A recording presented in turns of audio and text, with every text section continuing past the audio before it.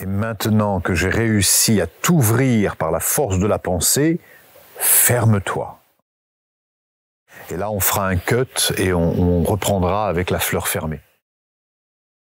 La loi d'attraction, vous y croyez ?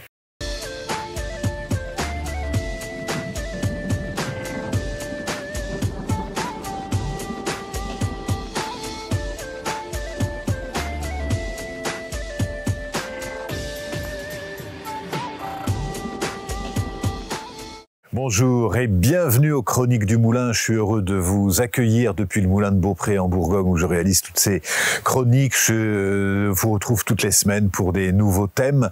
Si vous êtes aujourd'hui sur cet épisode, c'est peut-être que vous êtes abonné tout simplement à cette chaîne YouTube et que donc vous recevez, il y a plus de 200 épisodes déjà, donc il y a de quoi voir.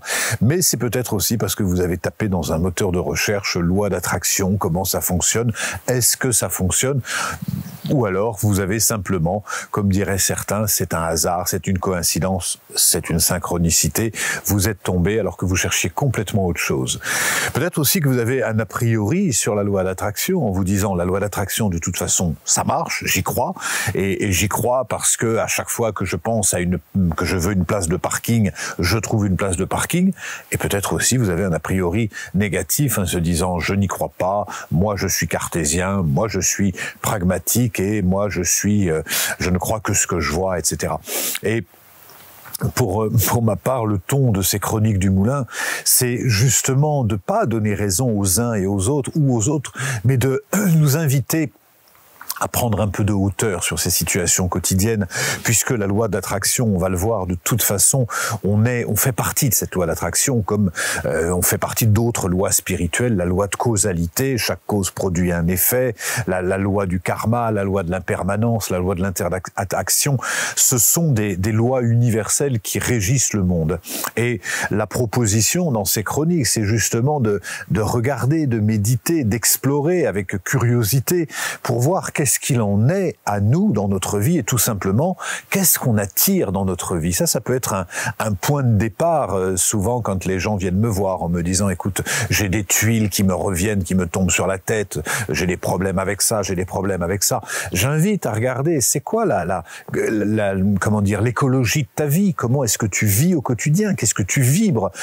Et là, quand on commence à prendre conscience de ça, on n'est plus victime d'une situation et on reprend notre pouvoir. Et si j'ai créé ces chroniques du Moulin, c'est pour encourager chacun justement à retrouver son pouvoir, à comprendre. Je suis pas à dire si ça, changez ça, mais posez de la conscience sur ce qui vous arrive, sur ce que vous vivez. Si vous vivez dans un équilibre parfait, c'est probablement que vous le vibrez, que vous le méritez, que vous l'avez attiré.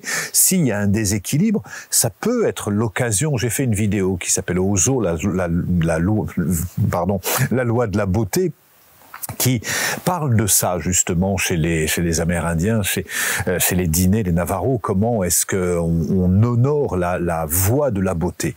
Par rapport à l'attraction, ce qu'on vibre, on l'attire à nous. Et qu'on peut être très pragmatique, on peut être très scientifique, on peut tout à fait comprendre, par exemple, que le cerveau, quand on regarde le corps humain, ce ne sont que des vibrations. Les atomes, c'est de l'énergie qui tourne un noyau, c'est que de l'énergie, c'est que de l'information.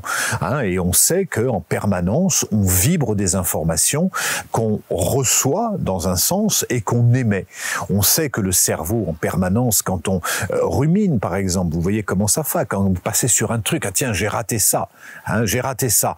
Ah, c'est normal, je suis nul. De toute façon, je suis toujours nul. Et puis, j'ai raté ça. Et puis, ça fait comme quand les atomes se retrouvent. Vous voyez comment ça se passe? Ça crée comme un conglomérat qui grandit. Et puis, petit à petit, notre énergie, elle baisse. On se sent fatigué, on se sent nul, on a moins envie d'entreprendre, etc.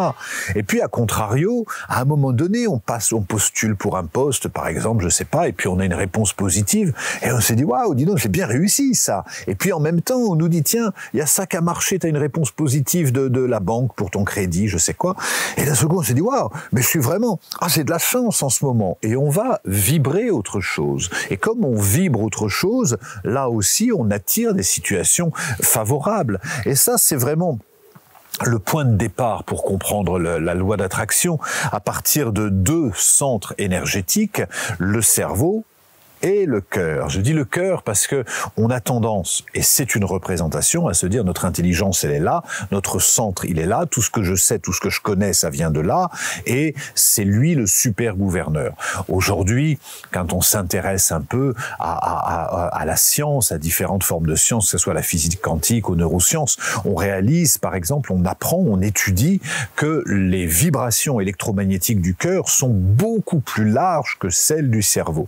C'est-à-dire que le cœur, en permanence, émet des informations et capte des informations. C'est cette expérience qui avait été faite avec on avait fait ça avec des enfants où on mettait des images dans des enveloppes et quand l'enfant, on branchait sur des électrocardiogrammes et électroencéphalogrammes et quand l'enfant découvrait la photo, si c'était une photo de quelque chose qui fait peur, une araignée, un serpent, ça faisait ça. Mais si au contraire c'était un nounours, etc., ça mettait de la joie.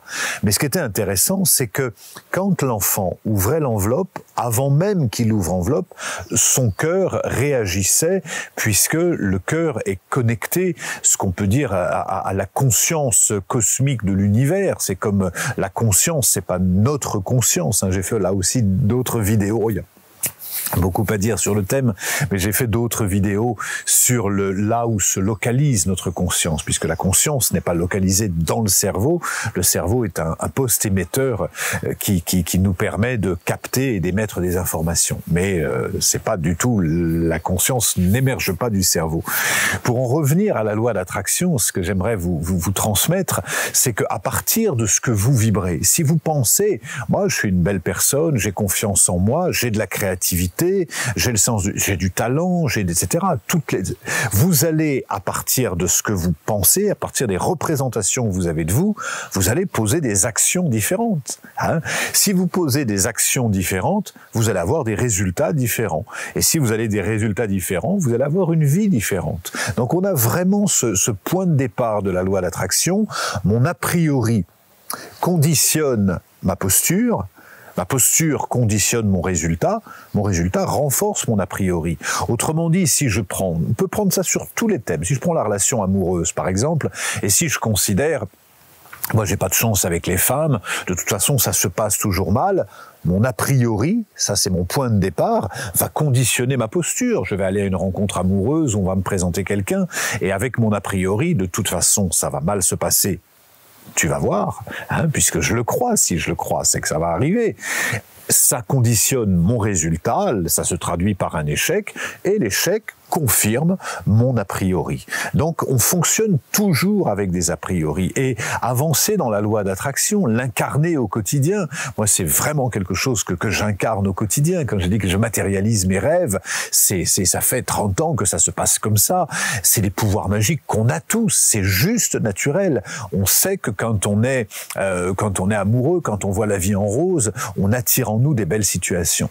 Et donc je vous transmets ce point de vue, surtout pour vous encourager à être attentif à votre nourriture, à ce que vous aimez, à ce que vous gambergez et à ce que vous émettez. Si vous émettez des pensées de doute, des pensées, vous allez attirer des pensées. Donc je vous encourage vraiment, c'est comme une hygiène psychique, une hygiène énergétique, de la même façon qu'on va prendre notre douche le matin, on peut avoir une introspection des pensées en se rappelant, voilà, je suis une belle personne, je mérite de recevoir ça, c'est naturel que je reçoive ça, c'est ma nature. Et petit à petit, mon a priori conditionne ma posture conditionne mon résultat, et mon résultat renforce mon a priori.